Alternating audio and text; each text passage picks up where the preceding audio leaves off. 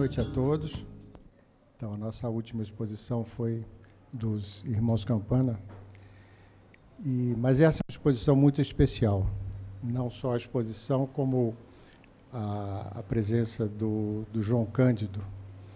E, como eu falava ontem, essa exposição é uma homenagem ao Projeto Portinari, que esse ano, como a Pinacoteca, fizeram 40 anos. E essa é a quarta exposição de Portinari que eu tenho a oportunidade de fazer, duas em Fortaleza. A primeira exposição do centenário de Portinari inaugurou a Pinacoteca São Paulo, e uma exposição extraordinária que fizemos em Londres, e que foi uma marca muito importante, que foi, tivemos a oportunidade de resgatar uma obra que estava no Reino Unido, num museu do interior, e mostrar a infância de Portinari. E realmente essa foi uma exposição que eu tive assim muito orgulho e a possibilidade de fazer junto com o Projeto Portinari.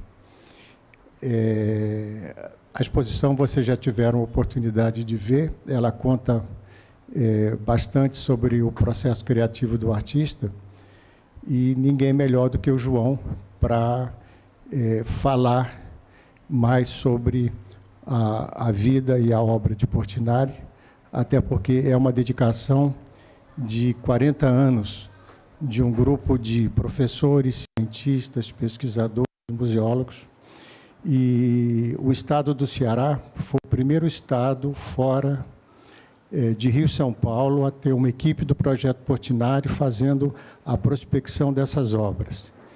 Em 1980, tinham 5 Portinares no Ceará, entre eles uma obra muito cotejada, que são os Despejados. E hoje, no Ceará, existem mais de 100 Portinares. E com isso a gente vê que houve uma evolução nesses 40 anos de uma forma bastante significativa. Bem, João, muito obrigado. Maria, que bom estar aqui entre nós, entre os nossos amigos. Obrigado. Queria dizer da nossa felicidade de estar novamente aqui com vocês. É uma alegria muito grande. Queria agradecer ao Max, à Bia, a toda a equipe aqui da Multiarte e a todos os queridos amigos que eu estou vendo aqui. Para nós, realmente, é uma satisfação imensa poder falar de novo aqui com vocês. Queria, primeiro, dar uma explicação sobre esse título, que pode parecer um título um pouco estranho, né, do Cafezal à ONU. Na verdade, ele encerra aquilo que o escritor russo Tolstói, certa vez, declarou: se queres ser universal, começa por pintar a tua aldeia. E Portinari fez isso literalmente, não é? Ele começa pintando o que ele via à volta dele, naquele povoadozinho, né, no interior de São Paulo, que eu me lembro quando eu era criança, essa cidade Brodowski, né? Vocês podem até depois me perguntar, quando acabar a gente vai ter um debate, vamos fazer aqui uma conversa nos pontos que interessarem mais a vocês, mas vocês poderão perguntar por que um lugar só de italianos, né, tem um nome polonês, Brodowski, depois eu conto. Mas essa cidadezinha tinha 3 ruas, a rua de baixo, a rua do meio e a rua de cima. E em volta era um oceano verde de café, né? Então, Portinari, menino, né, começa a pintar aquelas coisas que ele vê à volta dele e vai se universalizando. E o ponto máximo dessa universalização são os painéis Guerra e Paz, aqueles 2 monumentais painéis que estão na sede da ONU em Nova York. Nós vamos falar sobre eles aqui. Então, é essa trajetória, não é? Por isso. Então, para a gente entrar no clima do que eu vou contar para vocês, eu queria convidá-los para nós ouvirmos juntos um grande poeta brasileiro, que era fraternal amigo de meu pai, e que fez esse poema logo após a morte de Portinari, em 1962. Entre o cafezal e o sonho, o garoto pinta uma estrela dourada na parede da capela, e nada mais resiste à mão pintora. A mão cresce e pinta o que não é para ser pintado, mas sofrido. Entre o sonho e o cafezal, entre guerra e paz, entre mártires ofendidos, músicos, jangadas, pandorgas, entre os roceiros mecanizados de Israel, a memória de Giotto e o aroma primeiro do Brasil, entre o amor e o ofício, eis que a mão decide. Todos os meninos, ainda os mais desgraçados, sejam vertiginosamente felizes. Agora há uma verdade sem angústia, mesmo no estar angustiado. O que era dor é flor, conhecimento plástico do mundo, e por assim haver disposto o essencial, deixando o resto aos doutores de Bizâncio, bruscamente se cala e voa para nunca mais a mão infinita, a mão de olhos azuis de Cândido Portinari. O tempo que me é dado para conversar aqui com vocês, evidentemente, não é suficiente para apresentar uma biografia de Portinari, né? Ele, apesar de ter tido uma vida curta, né? Ele morreu com 58 anos, ele teve uma vida muito intensa, muito movimentada, seria muito longo passar por toda a biografia. Então, eu queria conversar com vocês, para iniciar, sobre uma dupla importância de Portinari. A primeira é a mais evidente, não é? É o pintor que, de pequenos desenhos a grandes murais, fixou para sempre a fisionomia da sua terra e do seu povo. A segunda, que já não é tão evidente assim, já não é tão conhecida assim, é o Portinari intérprete do pensamento de sua geração. Isso nós vamos ver um pouco adiante, né?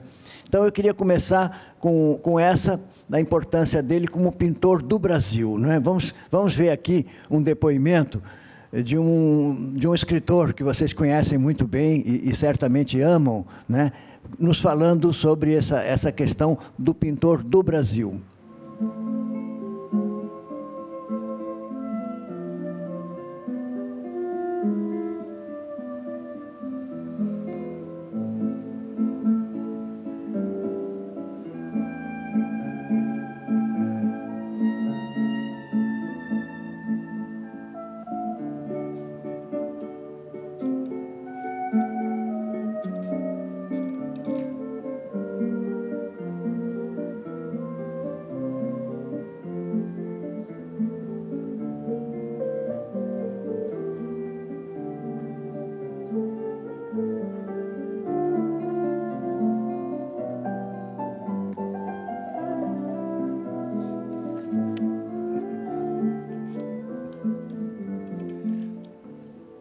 Eu queria comentar com vocês uma coisa que acontece comigo quando eu vou fazer essas palestras em lugares remotos, distantes, onde as pessoas não conhecem muito bem o Brasil, né? Por exemplo, na Noruega. Eu fui lá fazer uma palestra no Museu de Arte, numa cidade chamada Stavanger, e aí, de início, eu tenho um problema, que é o problema da credibilidade, né? Sendo filho do pintor, fica complicado eu falar dele, falar da importância dele, né? Parece uma coisa pretensiosa, uma coisa assim, que eu senti necessidade de procurar alguém que falasse meu nome e alguém que eles conhecessem e que eles amassem. Então, eu escolhi essa pessoa aqui, que vocês certamente também amam, para dizer em 20 segundos o que é Portinari. Nós tivemos que inventar o Brasil não existia. Quer dizer, eu, quando fui inventar o Brasil já estava inventado. Mas outras pessoas antes de mim tiveram que inventar o Brasil. O Villa-Lobos teve que inventar o Brasil, o Portinari. Então, certa vez eu estava conversando com Israel Pedrosa, que foi aluno de Portinari, né, um grande pintor e escritor, crítico de arte, né, historiador de arte. E o Pedrosa, em certo momento, me falou isso aqui, ó. Nenhum pintor pintou mais um país do que Portinari pintou o seu. E eu levei aquele choque assim, falei, mas espera aí, Pedrosa, você está querendo falar do Brasil, né? Ele disse, não, João, eu estou falando da pintura universal, né? Embora você tenha pintores imensos, né, como Picasso, Matisse, né, Salvador Dalí, e tantos outros, mesmo no Renascimento italiano, Miguel Ângelo, Leonardo da Vinci, Rafaello, Piero della Francesca, né? E aí ele disse para mim assim, mas me aponte um que pintou mais o seu país do que Portinari pintou o seu. Se você pensar nos temas sociais, nos temas históricos, nos temas religiosos, na festa popular, nos tipos populares, no trabalho no campo e na cidade, na infância, nos mitos e festejos, na fauna, na flora e na paisagem, vocês verão que realmente nós temos aqui um pintor que fez um retrato abrangente em 5.400 obras da nossa terra, do nosso povo, da nossa alma, né? Então, daí essa importância e essa possibilidade, né, de nós o caracterizarmos como pintor do Brasil.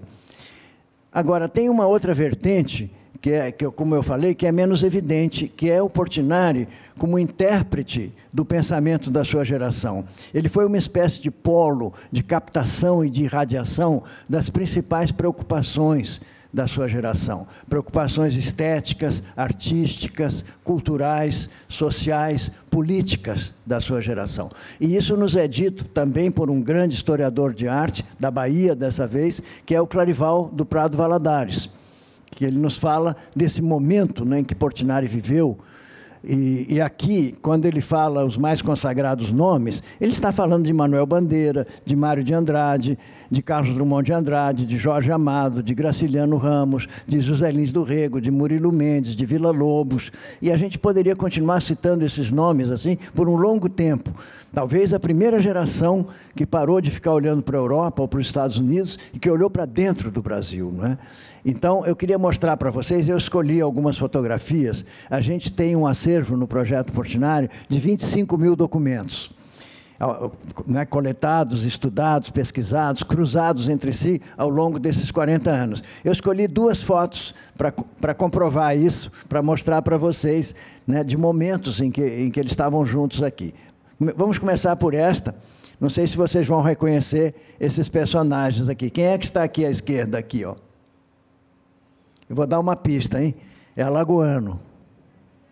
Graciliano Ramos. E aqui?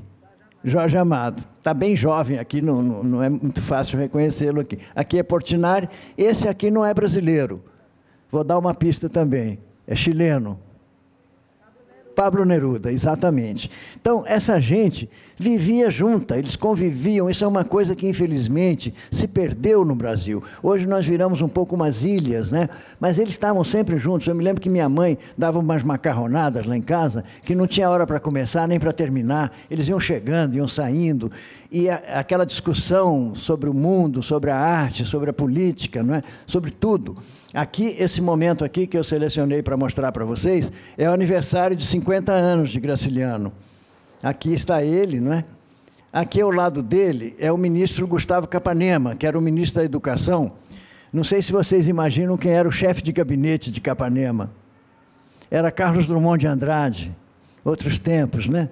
Aqui, está aqui o Drummond aqui, Portinari, aqui o Marcos Rebelo, aqui o Rodrigo Otávio de Souza, aqui Dona Heloísa, esposa de Graciliano, aqui a esposa do ministro Gustavo Capanema. E quem é esse aqui, ó?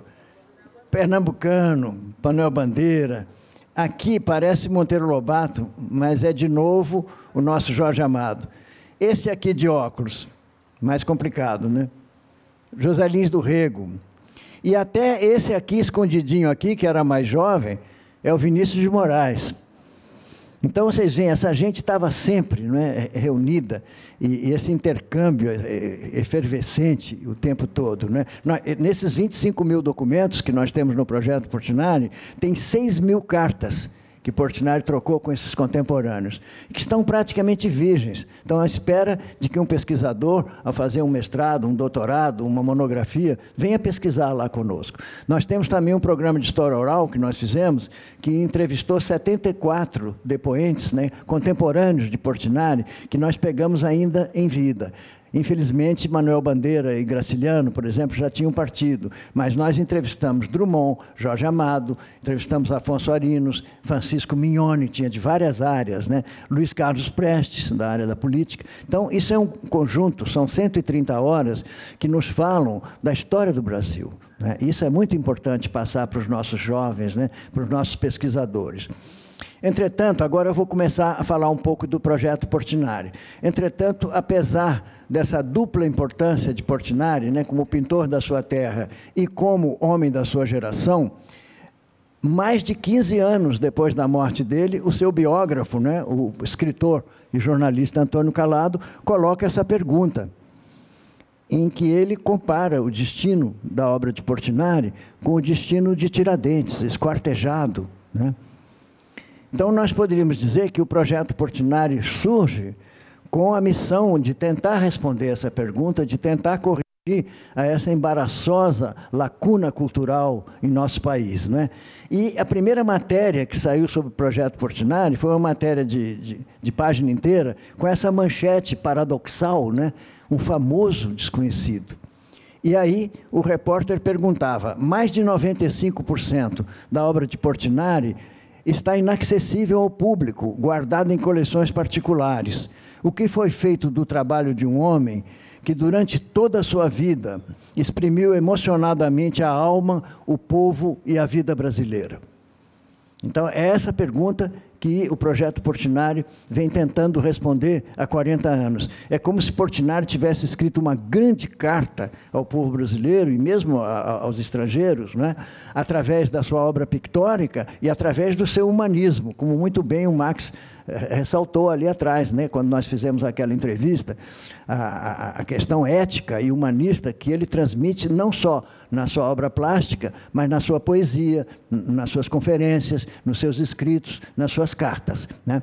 Então, eu quis mostrar para vocês aqui, eu fiz um prefácio quando o projeto Portinari começou. Nós editamos um livro chamado Portinari, o Menino de Brodowski. E eu tinha 40 anos naquele momento, né? Eu estou com 80 agora, quer dizer, eu passei metade da minha vida fazendo esse trabalho, e eu escrevi o prefácio sob a forma de uma carta póstuma que eu escrevo a ele. E eu queria mostrar para vocês um pouco uma encenação dessa carta.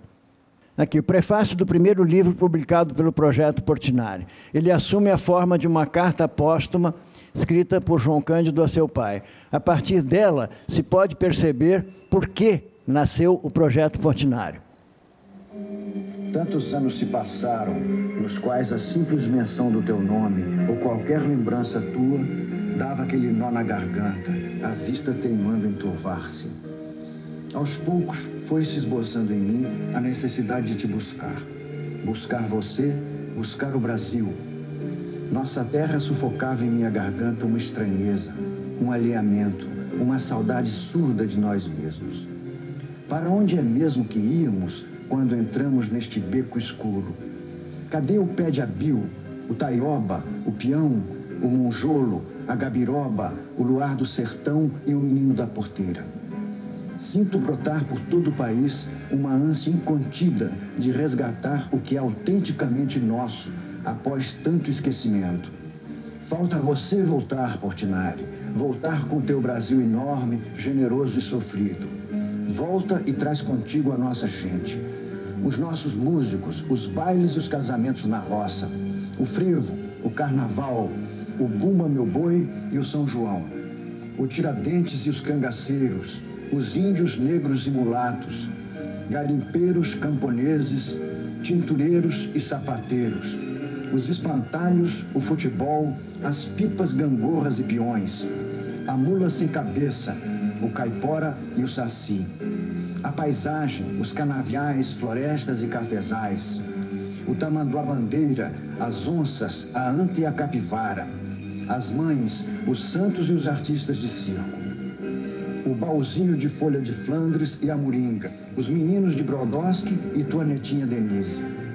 Que esta procissão saia da capelinha que você pintou para a noninha Vêneta. Convoque o São Francisco da Pampulha e a Via Sacra de Batatais. Que ela nos transfigure, nos reconstitua e nos dê forma.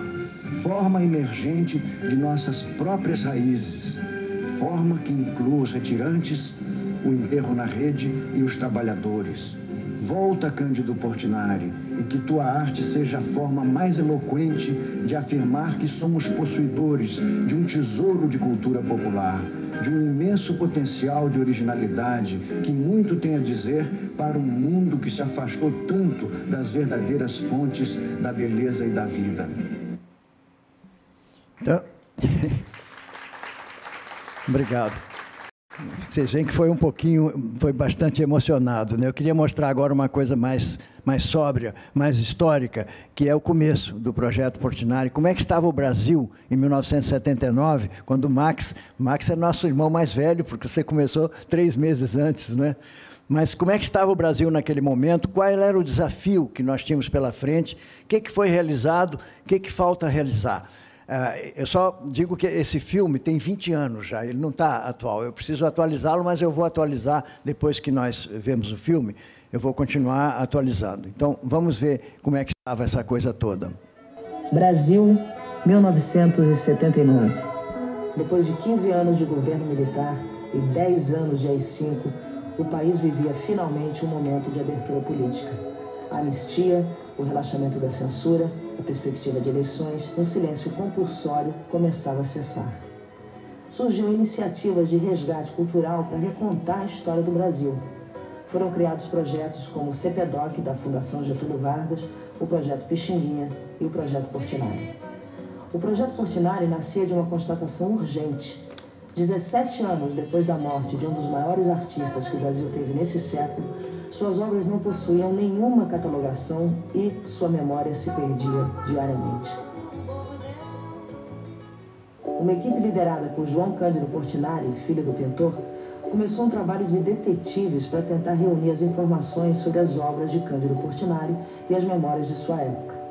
Nascido dentro da área científica da PUC do Rio de Janeiro, o Projeto Portinari já apontava uma natureza multidisciplinar, reunindo métodos científicos, alta tecnologia e rigor histórico a serviço da arte e da cultura. O projeto começou com o levantamento de mais de 5.000 obras e de depoimentos de grandes brasileiros contemporâneos de Portinari, além de catalogar mais de 25.000 documentos. No processo de cruzamento de informações, muitos fatos vieram à tona e muito foi se descobrindo sobre como aprender a ler Portinari.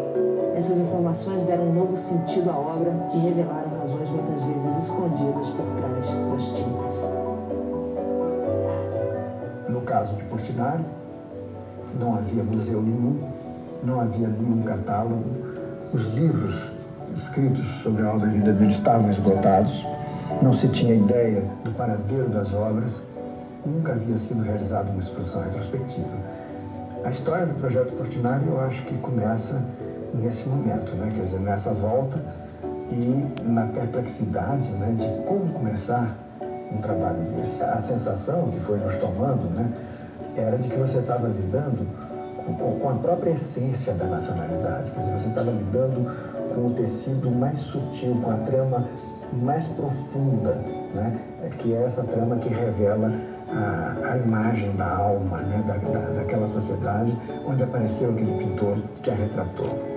Então, isso foi realmente um processo quase que insensível. Você foi sendo tomado por aquilo, né? E esses 20 anos passaram assim. Ao Projeto Portinari não interessava fazer um juízo de valor sobre a obra do artista, mas sim criar uma base de informações imparcial e de livre acesso para pesquisadores e público em geral. O projeto sempre buscou ter uma face pública, seja através de exposições, publicações e palestras, proferidas de norte a sul do país e no exterior durante mais de 15 anos. Interessava criar uma educação visual e histórica da formação da cultura moderna brasileira, da qual Portinari é um dos expoentes. 1928. Portinari retrata Cavalcante, governador de Pernambuco. Este é um dos 10.000 documentos localizados pelo Projeto Portinari, que está resgatando para a memória nacional o trabalho do nosso pintor maior. Agora, o último esforço no Brasil para que nada sobre Portinari fique esquecido. Se você possui alguma obra ou documento, informe seu nome e endereço para a Caixa Postal 500, Rio de Janeiro. O Projeto Portinari mobilizou pessoas e instituições por toda a parte para sua empreitada.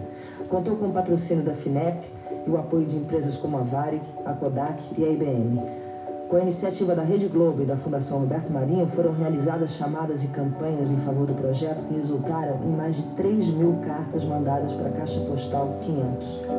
Fruto dessa mobilização, quadros importantes dados como perdidos foram encontrados pelo país inteiro, além de informações que ajudaram a compreender o contexto das obras.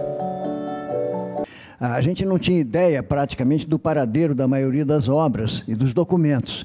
Como é que você ia fazer chegar o conhecimento de alguém que está morando, por exemplo, numa cidade no interior de Goiás e que tem uma carta, ou tem um desenho, ou tem uma obra? Como é que você faz chegar ao conhecimento dessa pessoa que tem um pequeno grupo numa universidade brasileira interessado em fazer o levantamento daquilo? Então, foi todo um trabalho aí, e nós tivemos um apoio maciço da sociedade brasileira como um todo. Essa coisa de dizer que o brasileiro não cuida da memória, nós não podemos afirmar isso, porque nós tivemos um apoio extraordinário, né? Eu posso depois citar para vocês alguns exemplos. E, ao longo desses 25 anos, a gente conseguiu localizar 5.400 obras por todo o território brasileiro, em mais de 20 países das 3 Américas. Nós encontramos obras na Tchecoslováquia, na Finlândia, na África do Sul, no Canadá, no Haiti, em Israel. Então, foi um trabalho assim, realmente de detetive e, ao mesmo tempo, de formiguinha. E, ao cabo desses 25 anos, a gente conseguiu uma coisa que eu nunca imaginei que eu estivesse vivo para ver, porque é um trabalho que às vezes morre a equipe inteira, ele leva tanto tempo que morre toda uma equipe e ela é substituída, que é o catálogo raisonné da obra completa de Portinari, que é este que vocês vão ver aqui, são 5.000 páginas, tem 5.000 ilustrações. Depois eu posso explicar o que é um catálogo raisonné e por que leva tanto tempo. Tem muitos livros de arte por aí que se dizem catálogo raisonné, mas não são, porque não satisfazem os quesitos, né, para merecer o título de raisonné, que em francês significa racional, mas é um termo adotado internacionalmente, né? E nós tivemos também a alegria de saber que era o primeiro catálogo dessa natureza, a primeira publicação dessa natureza em toda a América Latina. E isso foi para nós assim, um motivo de muito orgulho, de muita alegria. E também de saber que o presidente da República escolheu o nosso catálogo raisonné como presente de Estado. Aqui vocês veem ele oferecendo ao presidente francês, ao presidente Chirac, mas ele ofereceu também à rainha da Inglaterra, ao Papa Bento XVI, ao primeiro-ministro do Japão. Então, nós tivemos um grande orgulho com isso, e essa tradição continuou no governo seguinte. Aqui vocês veem já o novo presidente francês, François Hollande, recebendo das mãos da presidenta Dilma o nosso catálogo raisonné. Aqui cabe também falar da importância que teve a ciência e a tecnologia para o nosso projeto. Nós somos um projeto nascido na universidade, mais precisamente nascido no Departamento de Matemática da PUC do Rio de Janeiro. Então, todos os interlocutores iniciais eram colegas da matemática, da física, da informática, das engenharias. E isso foi muito importante para a nossa sobrevivência, porque a gente tinha no dia a dia, você estava no bandejão, comendo, aí ao lado tinha um colega, por exemplo, da física, e ele virava e dizia assim: João, você já viu, na semana passada saiu publicado na revista Science, um artigo falando da compactação de imagens, usando wavelets, né? E aí isso era incorporado na semana seguinte, né, em tempo real praticamente. Essa interação com esses colegas de ciência e tecnologia era extraordinária. Aqui eu só coloquei, eu não quero insistir muito nisso, para a gente ter tempo de falar de tudo, né?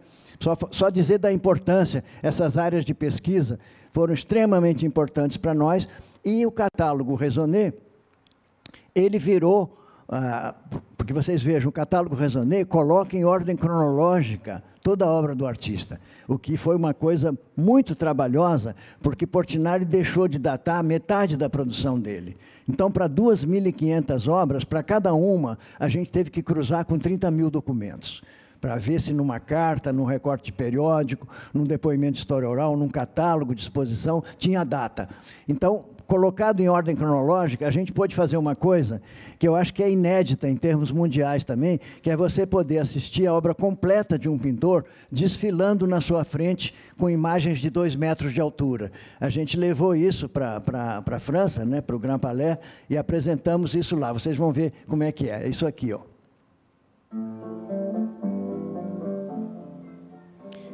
Nós fizemos uma estimativa que, se você quiser ver tudo mesmo, desde a primeira obra que ele fez com 11 anos, até a última que ele morreu fazendo, você teria que ficar 9 horas sentado. É claro que ninguém ficaria 9 horas. Então, você chega num determinado momento da cronologia. Por exemplo, aqui eu vejo que pelas obras que estão passando ali, nós estamos na década de 1950 aqui. São paisagens de Brodowski, lá da meninada toda, né? Então, aí começa a se configurar essa coisa extraordinária, né, da ciência e a tecnologia virem ajudar um projeto de arte e cultura. Né? Nós temos a mesma idade que a indústria de microcomputadores. Quando a gente começou o projeto Portinari, não havia um único scanner no Brasil todo. Você vê, hoje você pega um iPhonezinho aí que vocês todos têm aí no bolso e você tem o que você quiser em tecnologia. Então, vamos voltar àquela ideia de entregar aquela carta, né, aquela grande carta que Portinari escreve ao povo brasileiro e que não chegou ao seu destino. Nós vimos por quê. Então, a tecnologia vem a nosso socorro. Quando é que a gente ia imaginar, naquela época, que ia surgir uma coisa chamada internet, que nos permite fazer essa entrega, né? Então, nós criamos aí um portal, que é esse aqui. Ali vocês têm o endereço, se vocês quiserem consultar, é gratuito, não precisa senha, não precisa nada. Ali vocês têm as 5.000 obras e os 30.000 documentos, todos cruzados entre si. Vocês estão vendo essa caixinha aqui, tipo Google aqui, ó? As crianças adoram isso, porque você pode escrever aqui, por exemplo, peneira, e instantaneamente se forma uma galeria com todas as obras que tem uma peneira. Depois eu posso explicar como é que a gente conseguiu isso, né? E o lançamento desse portal foi feito numa das áreas mais violentas do Rio de Janeiro, que é o Complexo do Alemão. Vou mostrar para vocês a reação das crianças ali. Ainda falando em arte do Alemão, no Rio, conheceram hoje um pouco da vida e da obra de um dos maiores pintores brasileiros. A iniciativa faz parte do lançamento de um portal na internet sobre Cândido Portinari. Olhares atentos e curiosos. Você imagina quem foi que pintou todas essas figuras aí? Não sei, eu queria saber. O universo rico e colorido de Cândido Portinari atraiu a atenção dos alunos do Centro Cultural Digital, no Complexo do Alemão. Eles navegaram no novo portal sobre o artista, que teve a obra completa digitalizada. São cerca de 5.000 imagens. O site também contém cartas, fotografias, jornais e depoimentos que se referem a Portinari e a época em que ele viveu. Conhecer a obra do Portinari é conhecer o Brasil, é conhecer a nossa identidade, a nossa cultura. Em quadros que mostram, por exemplo, uma favela no Rio de Janeiro na década de 1950 e a migração de nordestinos para os grandes centros devido à seca. O lançamento do portal inclui aulas gratuitas em comunidades do Rio. Vai ser uma ferramenta muito importante para os professores na sala de aula. O objetivo do portal é democratizar a obra de Cândido Portinari. 95% das telas do artista pertencem a coleções particulares. E as crianças aqui do Complexo do Alemão aprovaram a iniciativa. Eu nunca tinha aprendido isso, agora que eu estou vendo, achei bem legal. Eu pude aprender a cultura, a arte, eu vi algumas histórias também. Qual vai ser a primeira coisa que você vai fazer quando entrar no site? Eu vou abrir o Facebook e vou compartilhar. E uma coisa bem recente, uma coisa que eu quero comunicar a vocês, que é uma coisa de 3 semanas atrás, nós fechamos uma parceria com o Google e todos esses conteúdos subiram para a plataforma Google Arts and Culture. Qual é a importância disso? É que eles têm ferramentas tecnológicas que nós não temos, que é o Art Camera, o Gigapixel, isso tudo, né? Então, esse grande site aqui, ele é mais rico do que o nosso próprio site do Projeto Portinari, porque incorpora todas essas novas tecnologias. E talvez valesse a pena a gente mostrar um pouco como é que funciona isso, porque isso também está acessível a todos gratuitamente. Então, deixa eu ver se eu consigo entrar nesse portal aí do Google, aqui, para a gente ver um pouquinho como é que funciona isso. Que aqui vocês têm não só as obras e os documentos, como nós temos no nosso, mas vocês têm também narrativas, visitas guiadas, né? Aqui, quem foi Cândido Portinari, aqui tem uma história aqui, ele comigo, né? A história nossa, e você tem a parte social, você tem tudo, e tem essas narrativas, podem ser acessadas por qualquer um. Você tem também aqui Portinari através do tempo, as cores, né? O mestiço, aqui são as obras-primas, e nós estamos aqui usando o ArtPixel para você poder ter uma visão da própria pincelada dele. Você tem a possibilidade de fazer aqui com o Gigapixel um zoom, que vocês vão ver aqui a potência desse zoom. Vejam. Você entra realmente dentro. Isso, para um pesquisador, né, é uma coisa extraordinária a gente poder fazer isso.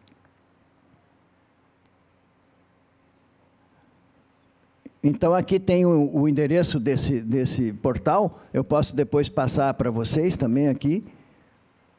Deixa eu voltar para onde eu estava na apresentação. Aqui também tem a possibilidade de fazer aquela pesquisa da peneira que eu mencionei, né?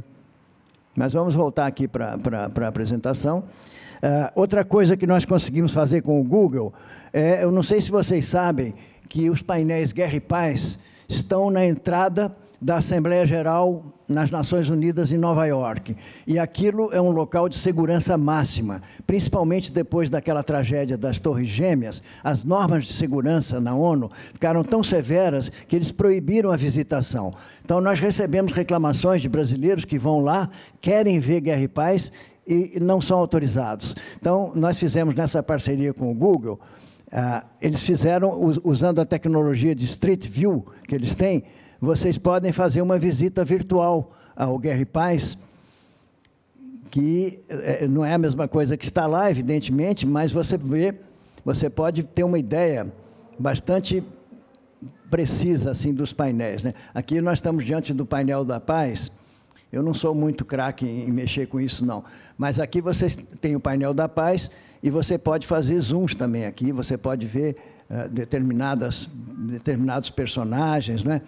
Enfim, isso aqui também está aberto e disponível a todos. Deixa eu voltar lá para a apresentação. Depois, se vocês quiserem, a gente pode fazer uma demonstração e olhar um pouco mais, com um pouco mais de detalhe, como é que se navega, né, nesses dois portais que estão aí. Mas eu queria agora falar do seguinte: quando terminamos, né, naqueles 25 anos, a gente terminou todo o levantamento, cruzou os conteúdos, fez o site, muita gente chegou para mim e disse assim: João, agora você pode pôr o pijama para casa, acabou. Né? E aí eu dizia assim: não, agora é que vai começar, agora que a gente tem esses conteúdos estruturados, né, e disponíveis para a gente criar elementos de comunicação com o público, para entregar essa carta. Qual é a missão do Projeto Portinari? E ficou muito claro para nós, desde o início, que a missão do Projeto Portinari, a partir daí, são as crianças e os jovens. São eles que precisam. Eu vou explicar isso um pouco melhor. Quando você olha para a obra de Portinari, ele não está propondo somente linhas e formas e cores. Ele está propondo uma arte profundamente comprometida com o social, com o humano, com a ética, com valores, né? Valores de não violência, de fraternidade, de espírito comunitário, de respeito à vida. Então, que a gente poderia passar para os nossos filhos e os nossos netos mais importantes do que isso? E, por outro lado, toda criança tem uma percepção para a imagem, às vezes até mais aguda do que o adulto. Toda criança desenha, toda criança ama pintar. Então, junta a fome com a vontade de comer aí. Quer dizer, a gente tem esse desejo de levar essa mensagem, esses valores para as nossas crianças, e eles, por outro lado, têm a aptidão de receber esses valores. Então, a ideia é você provocar nessas crianças, através de exposições feitas com réplicas digitais e com oficinas que focalizam esses valores, provocar nelas uma reflexão crítica sobre a realidade brasileira, sobre a realidade do mundo, né? Eu vou mostrar um exemplo apenas aqui, para vocês, que não dá tempo de mostrar tanta coisa, um exemplo em que a gente leva, né, esse projeto, não somente às escolas, mas a centros culturais, hospitais, presídios, né? Nós levamos a penitenciária Lemos de Brito, no Rio de Janeiro, trabalhamos com os presos, com as famílias deles, e levamos também para populações ribeirinhas. No Amazonas, por exemplo, a gente percorreu num barco da Marinha o Rio Purus, ficamos 19 dias no Rio Purus, recebendo a bordo do barco as populações ribeirinhas. Aqui eu vou mostrar uma no Pantanal do Mato Grosso do Sul. Sueli, você já viajou esse Brasil inteiro fazendo essas exposições interativas. Que experiência mais te emocionou nessas viagens? Olha, há tantas experiências, né? Uma que me emocionou muito foi no Pantanal Mato Grossense. Nós fomos com a exposição Brasil de Portinari, montada numa chalana da Polícia Militar, subindo o Rio Paraguai. Nós saímos de Porto Murtinho e fomos até Corumbá. Íamos parando em pequenos povoados, não era nem cidade, eram pequenos povoados, e eu sentia, quando entrava aquelas crianças no barco para ver a exposição, eu sentia assim uma emoção grande, porque era assim, a primeira vez que eles estavam vendo, e talvez a última, né? Então a gente tinha que dar tudo possível ali, né, para aquelas crianças. E como eles se identificavam, e nós chegamos a um povoado dos índios paraguaios, chamados índios chamacoco, porque a gente tanto visitava povoados brasileiros como os da margem paraguaia também. E o índiozinho entrou e foi direto para o índio, uma cabeça de índio do Portinari. E ele olhava para nós e olhava para a cabeça de índio, eu acho que ele estava pensando, ué, alguém já tinha me visto antes e me pintou assim? Isso aconteceu muitas vezes mesmo, não só com crianças, mas com adultos também, foi uma coisa extraordinária. Então agora a gente chegou na última parte da palestra, que é falar um pouco sobre um dos projetos mais recentes que nós desenvolvemos, que é o projeto Guerra e Paz, que é justamente sobre os painéis Guerra e Paz que nós falamos há pouco, né? Vamos falar um pouquinho da história, né? Qual é a história? Quando acabou a Segunda Guerra Mundial, foi criada a Organização das Nações Unidas, a ONU, né, com sede em Nova York. E a ideia era procurar evitar que a humanidade passasse pelo sofrimento terrível, né, que foram as duas grandes guerras do século XX. E aí o primeiro secretário-geral da ONU, Tryggvi, que era um norueguês, lança um apelo a todos os países membros para que cada país doe uma obra de arte para a sede da ONU recém-construída em Nova York. Então, cada país escolhe um artista, dá a ele uma lista de temas, né? O Brasil escolheu Portinari e deu a ele uma lista de temas, entre os quais estava o grande tema de toda a vida dele, que é Guerra e Paz, né? E aí ele passa 4 anos fazendo estudos, fez cerca de 200 estudos. Aqui na exposição, vocês têm quase que toda uma parede, né, sobre Guerra e Paz. Tem até aquele desenho tão singelo, né, de um árabe de braço dado com um judeu, né, que mostra também essa ânsia que Portinari tinha pela paz, né? Então, eu queria mostrar um pouquinho como é que foi feito esse trabalho. Ele passa 4 anos, faz 200 estudos de todas as dimensões e, quando se sente preparado, então, em 9 meses, ele pinta os 2 painéis. Então, o Bianco, até que era assistente dele, brincou, né? Se assim que nós parimos 2 filhos de 14 metros de altura, fazendo referência aos 9 meses, né? Vamos mostrar aqui como é que foi isso.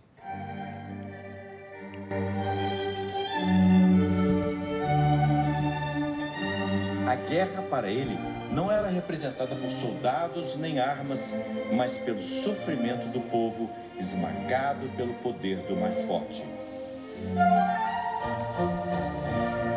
A paz estava na brincadeira das crianças, nos bichos vagando livres, no trabalho recompensado, no amparo das mães. Visões de Cândido Portinari, um artista brasileiro reconhecido e aplaudido no mundo inteiro.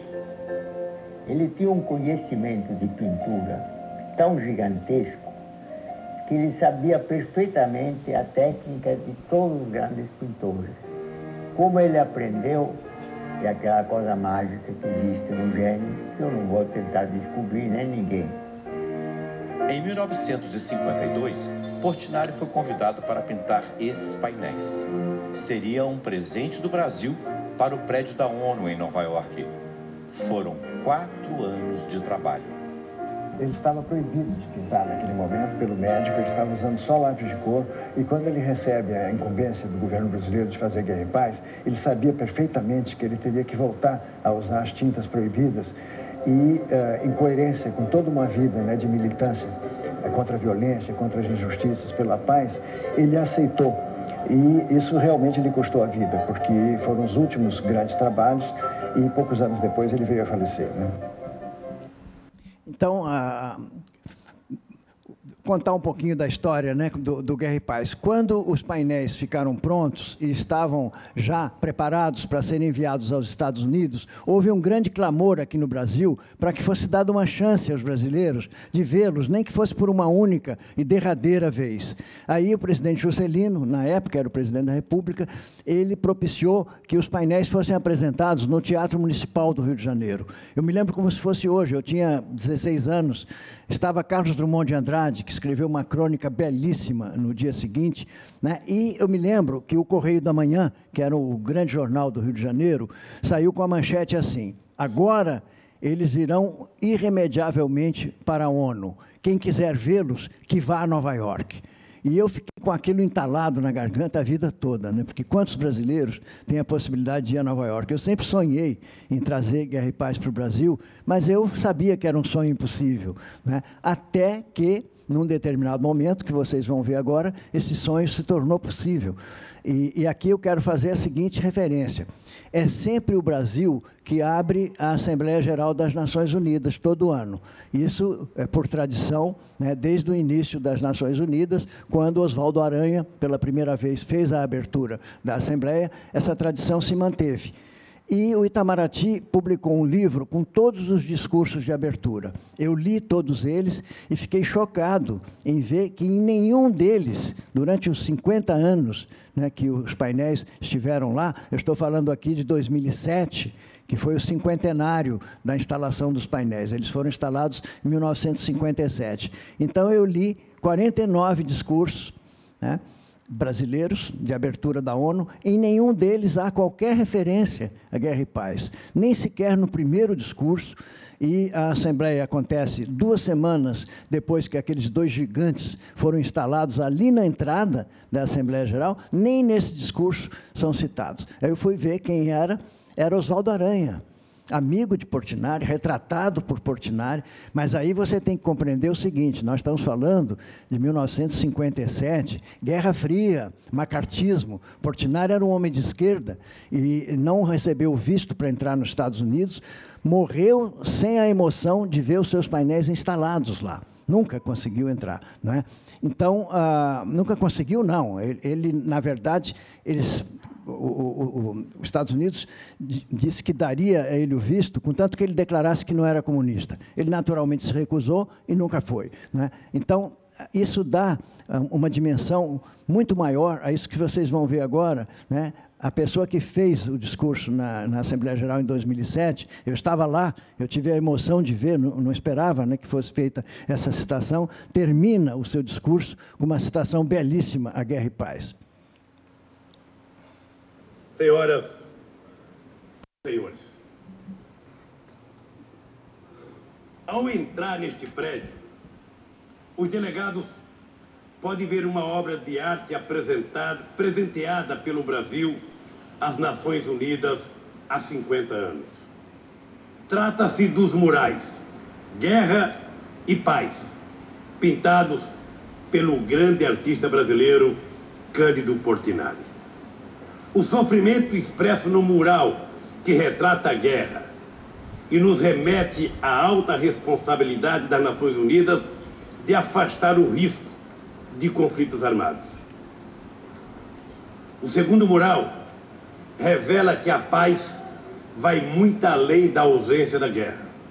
Pressupõe bem-estar, saúde e um convívio harmonioso com a natureza. Pressupõe justiça social, liberdade e superação dos flagelos da fome e da pobreza. Não é por acaso que o mural Guerra está colocado de frente para quem chega e o mural Paz para quem sai. A mensagem do artista é singela, mas poderosa. Transformar aflições em esperança. Guerra em paz é a essência da missão das Nações Unidas. O Brasil continuará a trabalhar para que esta expectativa tão elevada se torne definitivamente realidade. Muito obrigado.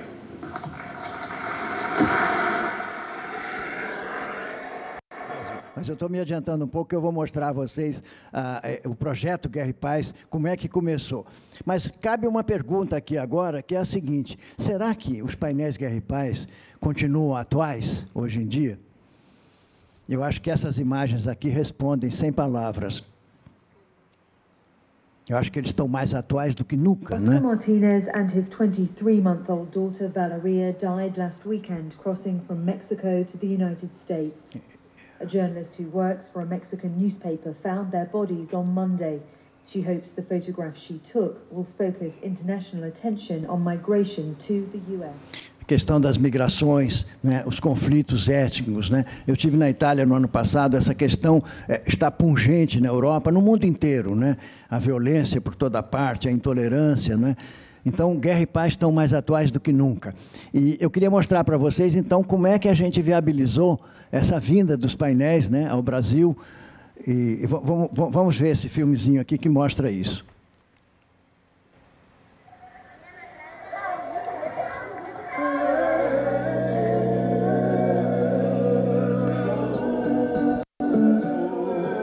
Aconteceu um milagre agora, né? Que foi a possibilidade de concretizar um sonho que nós acalentamos durante muitos anos e que sempre nos pareceu ser um sonho impossível, que é o sonho de trazer os murais Guerra e Paz para o Brasil.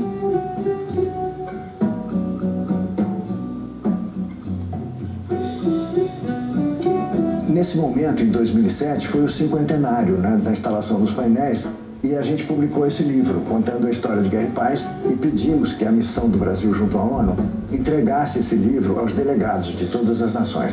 E houve aquele momento emocionante, né, do discurso de abertura da Assembleia Geral da ONU, em que o presidente Lula termina o discurso fazendo uma citação belíssima aos painéis, coisa que vale destacar, nunca havia sido feita. Ao mesmo tempo, naquele momento, eu tomo conhecimento de que a ONU ia passar por uma reforma profunda e que ia durar alguns anos, né? Aí caiu a ficha que aquele sonho, né, que até então era impossível, quem sabe a gente poderia realizar. E aí, já voltando ao Brasil, eu falei com o ministro Sérgio Rezende, que era ministro de Ciência e Tecnologia. Ele compreendeu imediatamente a dimensão do projeto, levou ao presidente Lula, e o presidente Lula então pediu ao ministro Celso Amorim que solicitasse um empréstimo à ONU. E aí calhou de que isso ficou possível.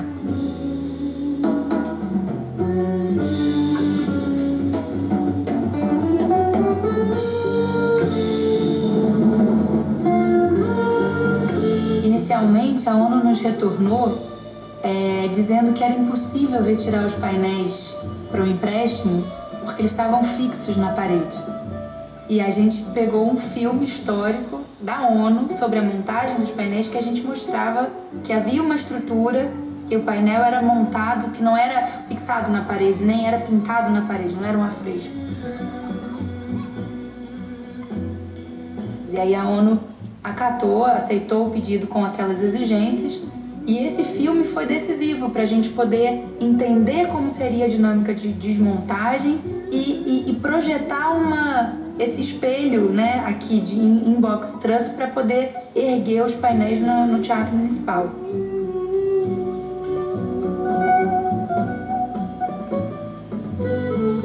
Conseguimos, né, viabilizamos financeiramente, vamos à ONU retirar os painéis, estamos na ONU, andaimes.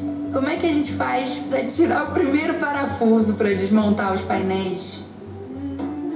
Só o filho, né?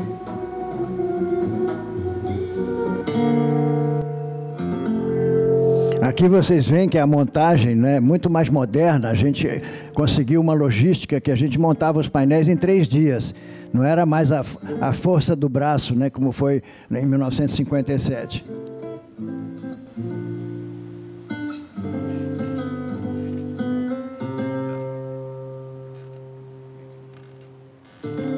O evento de inauguração contou com participações especialíssimas. A gente teve o Milton Nascimento, que junto com o Fernando Brant compuseram 2 músicas especialmente para o Guerra e Paz, inspiradas no Guerra e Paz, e eram inéditas naquela noite. O David Parsons, coreógrafo americano, fez um pas de deux inspirado na dor do painel da guerra, na Pietà, a dor máxima, né, da mãe com o filho morto, e fez uma peça linda que foi apresentada pela Ana Botafogo e o Alex Neural, em que o pintor entra em cena pintando a Pietà ganha vida. Ana Botafogo, essa Pietà é a obra que dança com Portinari, e ele começa a se intoxicar e de repente ele é o filho morto, ele morre nos braços da Pietà. A gente teve a Fernanda Montenegro falando poemas do Drummond, pensamentos sobre Portinari, textos sobre Portinari. E no final daquele evento, quando os painéis foram revelados, o público inteiro de pé aplaudindo, estavam todos em estado de graça. Foi uma noite mágica.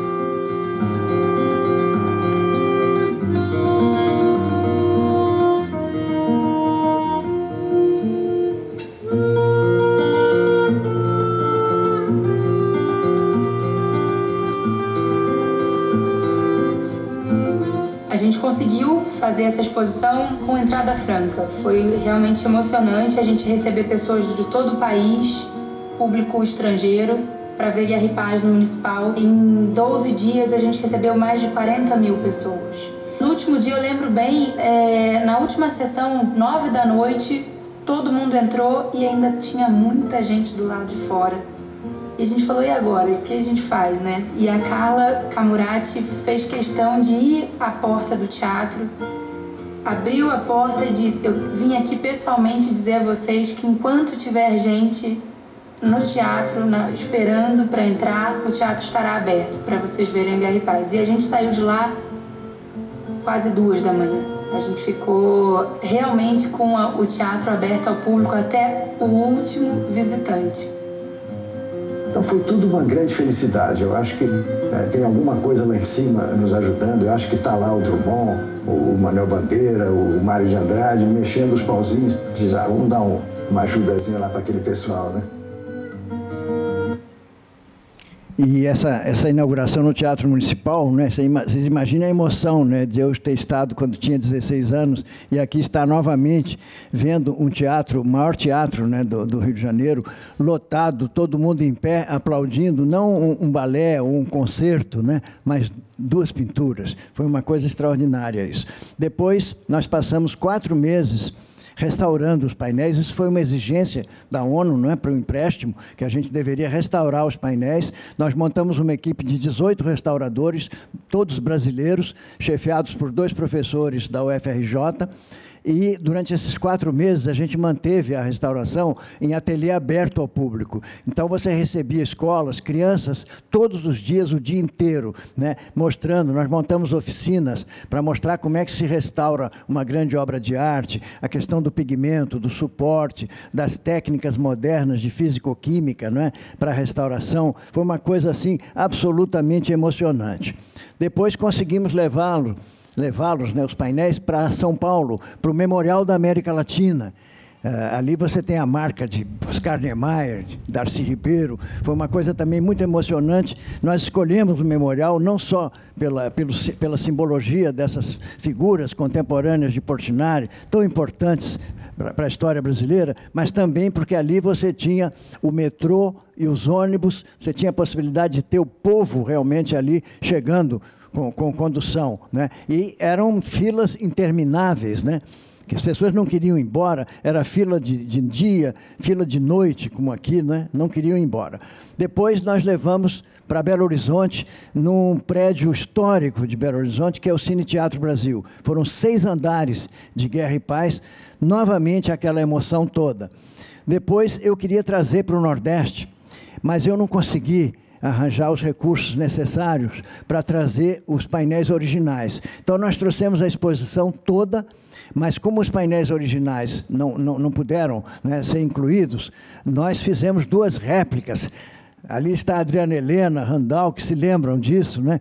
Essas 2 réplicas em tamanho natural, com 14 metros, foram colocadas na entrada da Unifor. Eu me lembro de uma tarde que me emocionou muito, em que eu vi entre os dois painéis, uma lua cearense deslumbrante, assim, no meio dos dois painéis, né? Não vou esquecer nunca isso. Depois, nós conseguimos levá-los, isso também eu não imaginei que fosse possível, né? Foi a primeira vez que o Salão de Honra do Grand Palais, em Paris, que é um dos lugares de maior prestígio do mundo como espaço expositivo, se abriu para uma exposição solo de um artista plástico. Aqui vocês veem os cartazes que estavam nas ruas, né? E eu queria terminar a apresentação agora mostrando um pouco como é que foi a volta para a ONU dos painéis. Foi uma coisa muito emocionante. A gente fez uma cerimônia show com a Bia Lessa, né? E tivemos a surpresa, né, de receber da ONU a comunicação de que eles colocavam a Assembleia Geral à nossa disposição, o plenário da Assembleia Geral. Então, isso foi realizado ali, mas a grande emoção foi o discurso de abertura, que eu nunca imaginei que fosse ele a fazer esse discurso de abertura. Vocês vão ver agora quem é ele. Ladies and gentlemen, please welcome the Secretary General of the United Nations, His Excellency Mr. Ban Ki-moon.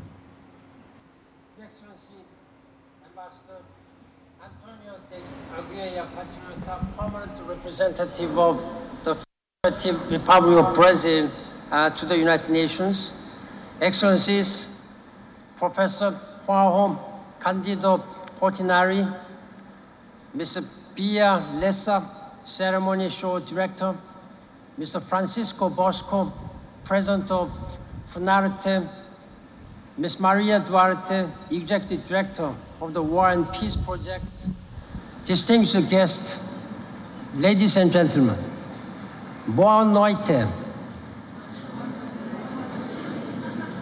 Thank you so much for joining us at this momentous celebration. Today we say, welcome home to two of the most meaningful works that the United Nations is honored to host. I thank Ambassador Antonio de Aguirre Patriota and the staff of the Permanent Mission of Brazil for this wonderful event. War and peace are more than magnificent works of art. They are Portinari's call to action. Thanks to him, all leaders who enter the United Nations see the terrible toll of war and the universal dream for peace. I am deeply grateful to Projeto Portinari and the Brazilian government for the restoration. I'm delighted that in Rio, this process was open to the public, and that these works were also exhibited in São Paulo, Belo Horizonte, and Paris. I visited Brazil when the murals were there in 2011. At the time, I said that Brazil had a much more important guest than me. I meant war and peace.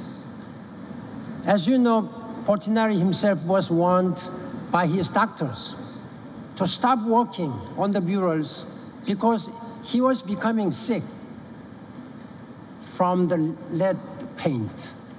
But he refused, and he literally gave his life to finish these masterpieces.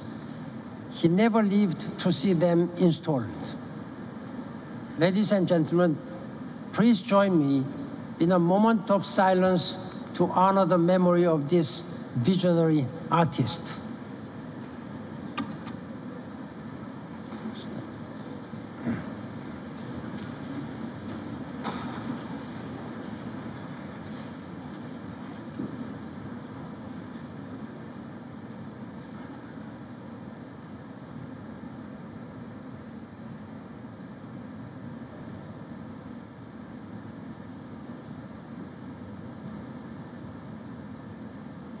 Thank you.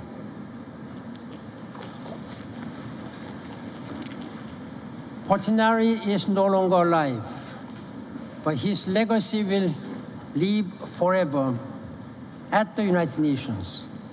Let us realize his vision and move from war to peace. Muito obrigado. Thank you very much. Thank you.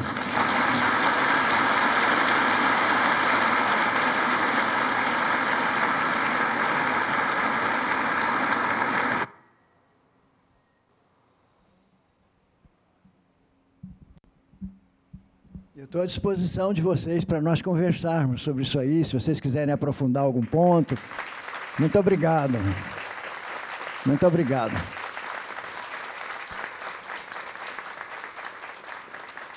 Muito obrigado. Será que a gente teria um outro microfone para passar para aqueles que quiserem perguntar alguma coisa? Posso lembrar uma pergunta que eu deixei meio no ar aí? O porquê do Brodowski era uma coisa, e o porquê que um catálogo Raisonné leva 40 anos, 50 anos, né? Então, querem começar? Vamos começar por Brodowski, né? Vocês sabem que nos fins do século XIX chegaram ao Brasil 1.300.000 italianos fugindo da miséria, principalmente do norte da Itália, do Vêneto, né? E vieram para substituir a mão de obra escrava nas fazendas de café. Então, aquelas regiões, né, inclusive Brodowski, era uma região de italianos. Então, por que esse nome Brodowski? Porque o filho de um daqueles fazendeiros foi estudar na Politécnica de Zurich, na Suíça. E lá ele fez amizade com um rapaz polonês, colega dele, que se chamava Aleksander Brodowski. Quando esse rapaz volta ao Brasil, eles eram tão amigos que ele trouxe o Aleksander com ele, e o Aleksander, já engenheiro, fez a estrada de ferro para pegar café em Brodowski. Tanto que o nome, primeiro, da cidade era Engenheiro Brodowski. Depois caiu o engenheiro, ficou sendo somente Brodowski. A questão do catálogo Raisonné, talvez essa imagem aqui possa esclarecer.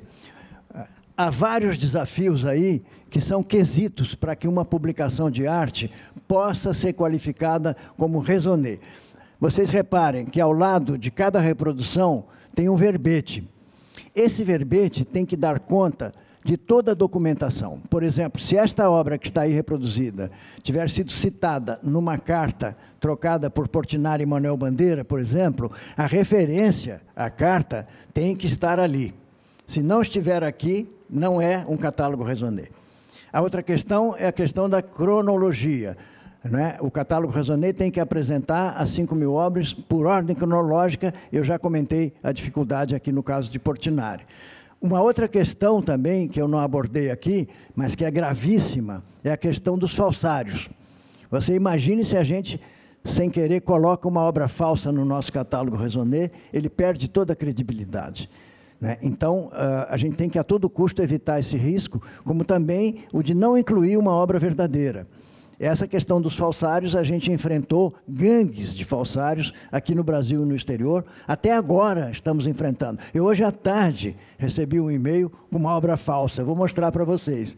Uma obra falsa que nos foi enviada por uma das maiores casas de leilão do mundo, que é a Sotheby's, nos consultando se eles podiam dizer que a obra era autêntica ou não. Eu, no início, levei um susto. Alguma coisa me pareceu esquisita. Mas eu não sou capaz de afirmar se é falso ou verdadeiro. Mandei de volta o e-mail para o pessoal da perícia lá do projeto Portinari. Se vocês tiverem curiosidade, eu mostro aqui que obra é essa, para vocês verem se vocês são craques em descobrir um Portinari verdadeiro, né? Então, aqui, a questão do catálogo Raisonné, basicamente é isso. É por isso que pode levar décadas e décadas, né, para se terminar um catálogo Raisonné. E a outra notícia que eu queria dar, que é uma notícia que eu estou dando para vocês em primeira mão, é que a gente conseguiu que a ONU emprestasse de novo Guerra e Paz.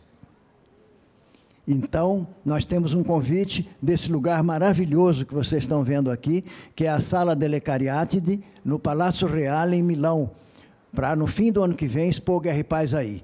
Então, agora a grande luta vai ser conseguir recursos para viabilizar isso. Mas, pelo menos, conseguimos o empréstimo e nós ficamos muito orgulhosos, porque isso mostra a confiança que a ONU ficou em nós, né? E também o fato da gente dominar a logística de desmontagem, montagem, transporte, né? Dessa exposição. Essa sala aqui realmente é deslumbrante, né? Aqui está a carta de autorização da ONU. Muito obrigado a vocês.